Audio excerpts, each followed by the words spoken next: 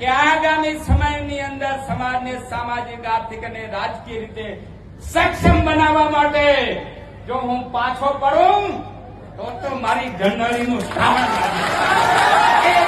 માત્ર ભાષણ કરવાથી સામાજિક સુધારાઓ થઈ શકવાના નથી.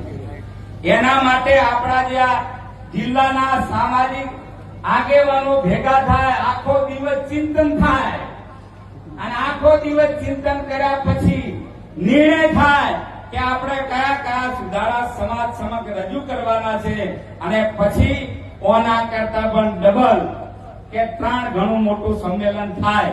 એમાં બહેનોને લાવજો, ન કે તમે હાથ ઊંચા કરી દો ઘરે તમારું કેટલું ચાલે તમને એટલે બહેનો પણ ભાગ લે અને ભાઈઓ, બહેનો, યુવાનો બધા એની અંદર જોડાય તો આ પરિવર્તન આવે.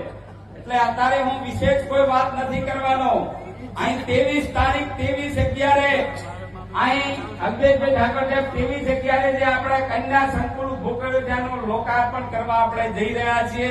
તમને જાહેરમાં આમંત્રણ છે કે આખા સમાજને 23 તારીખે વધારજો.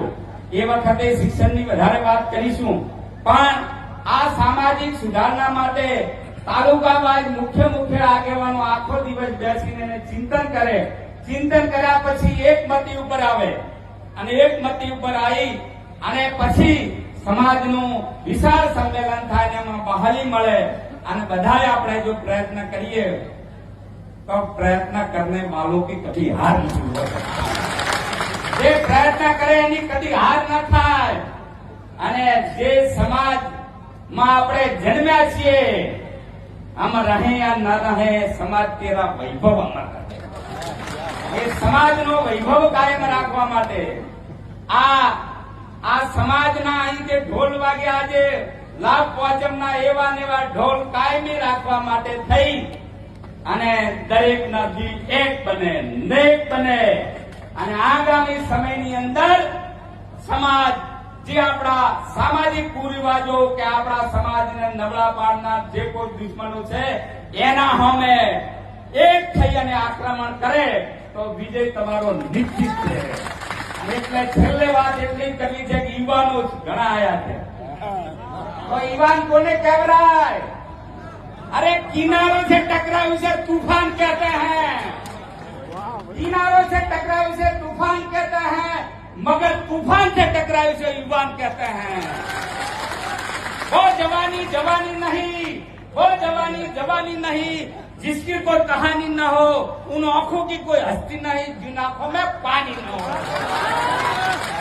અને આ સમાજ માટે પાણી બતાવવા માટેનો આજનો સંકલ્પ કરવાનો પ્રસંગ છે.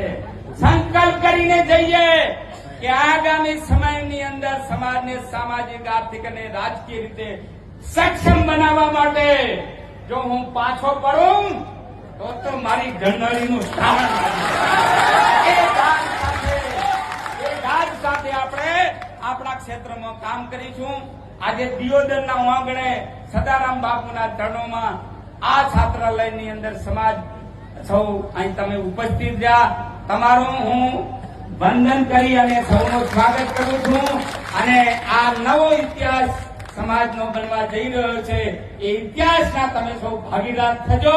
અને મિત્રો, સંકલ્પમાં એટલી તાકાત છે, નક્કી કરો કરવું છે તો સંકલ્પમાં એટલી તાકાત છે કે મહાત્મા ગાંધીએ સંકલ્પ કર્યો હતો કે કાગડો કે કૂતરાના મોતે મરીશ પણ આ દેશને આઝાદ કરીને જ રહીશ. તો જે અંગ્રેજોનો સૂરજ નતો આથમતો એ અંગ્રેજોને ઊંધી ભૂથડીએ ભાગવું પડ્યું. સંકલ્પ કરો કે આ સમાજના જે કઈ સમાજને પાછા પાડનારા જે કોઈ તત્વો છે એ તત્વોને આપણે દૂર કરી અને આ સમાજ આગામી સમયની અંદર બધી જ રીતે આગળ આવે એવા તન, મન અને ધનથી પ્રયત્ન કરીશું. આજે